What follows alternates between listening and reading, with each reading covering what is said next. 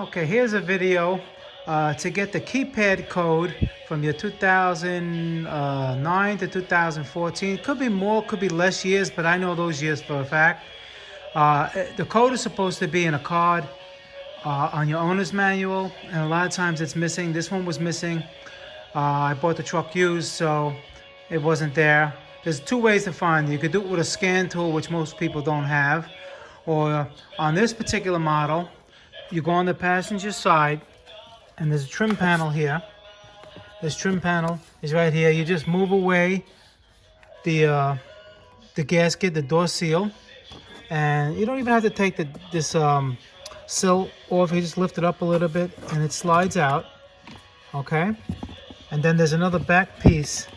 This back piece goes in the back. You just take that out, and you look over here. Now, let me put my light on. Now, on this particular model, you see that 5-digit code right there on back of the module.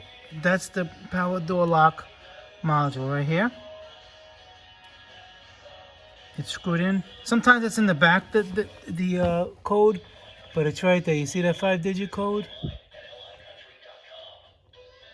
All right, that 5-digit code. That's the code for the keypad. That's the factory code. You put that code in, and then you look in your owner's manual, and you can change the code to whatever code you want. But you need the factory code first.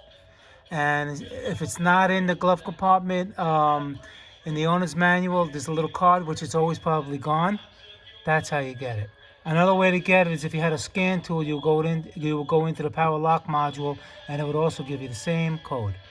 But for most people, that's the easiest way to do it. You just pop this little trim piece off, and you're good to go. Okay, that's another tip from Motor Car Nut 2020. Keep watching, keep subscribing. I appreciate it, guys. Thank you very much. Bye.